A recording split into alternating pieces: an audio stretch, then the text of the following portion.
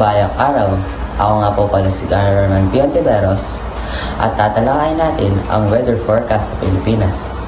Ang petsa ng balitang atang tatalakayin ay Disyembre 9, 2024. Oras ng balita, 8 o'clock p.m.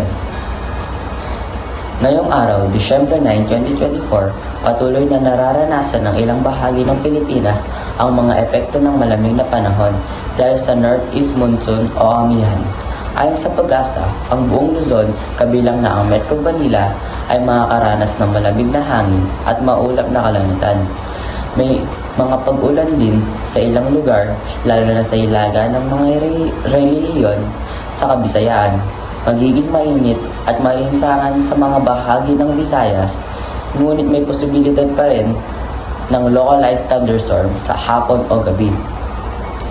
Sa Mindanao, ang mga probensya tulad ng Davao, Caraga ay may pagkakataong makaranas ng light to moderate rains, particular sa hapon. Mag-ingat sa mga posibleng pagbaha, landslide sa mga lugar na malakas ang pag-ulan, lalo na sa mga probinsya sa Hilaga at kanlurang bahagi ng bansa.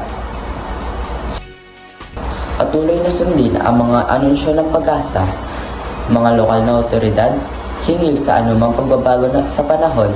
Hanggang sa ngayon, wala pa rin inaasahan na malakas na bagyo sa bansang ito ngayong linggo.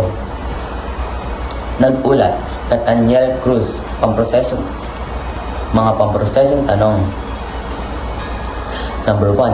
Paano nakaapekto ang nasabing balita sa ekonomiya? Masama ang naging apekto nito dahil sa malamig na panahon at pag-ulan ay maaaring magdulot ito ng epekto sa agrikultura, lalo na sa mga magsasaka na umaasa sa tamang panahon para sa kanilang mga pananim. Pangalawa, paano ka naapektuhan sa balitang nabanggit? Ako ay nalulungkot para sa mga magsasaka dahil baka masira ang kanilang mga pananim dulot ng malamig na klima. Pangatlo, ano ang iyong aral na natutunan sa balitang nabanggit? Ang aral na makukuha natin sa balitang ito ay dapat palagi tayong maging handa sa pagbabago ng panahon. Muli, ako nga po pala si Garman Piontiveros at magtatapos ng balitaan.